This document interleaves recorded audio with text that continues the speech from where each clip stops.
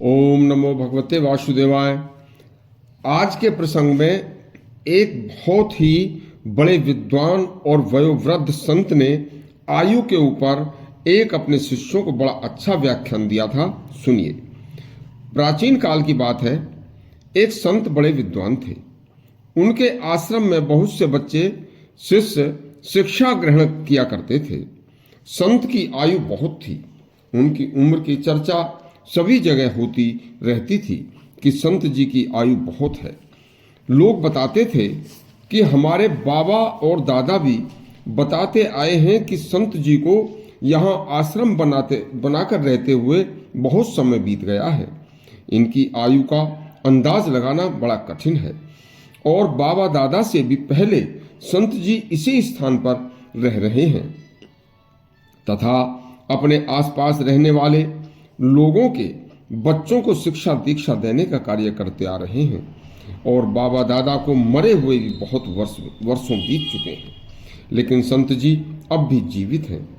तो शिष्य उनकी आयु की चर्चा आपस में करते रहते थे, लेकिन संकोचवश कोई भी संत जी से सीधे सीधे उनकी उम्र के बारे में पूछने की हिम्मत नहीं करता था।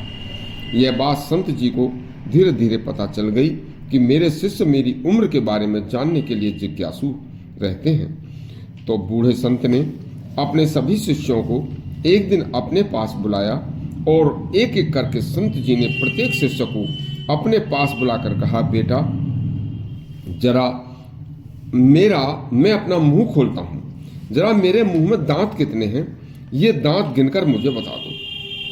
बस मेरे मुंह में कोई दांत बचा हुआ है कि नहीं ये भी बता दो।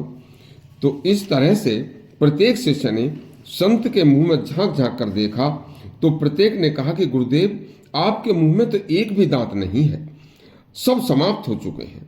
तब संत ने सबसे पहले पूछा, बेटा दांत एक भी नहीं है? सबने एक ही स्वर में एक ही बात में कहा, गुरुजी नहीं है। तो संत बोले, भैया जीव तो मेरे मुंह में सुरक्षित है कि नहीं? सब ने कहा, गुरुजी जीव तो है। तो भाई ये कैसे हुआ?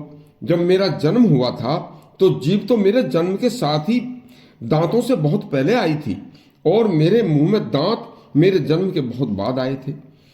तो दांत बहुत पीछे आकर भी पहले क्यों चले गए, जबकि नियम के अनुसार पीछे आने वाले को पीछे ही जाना चाहिए था।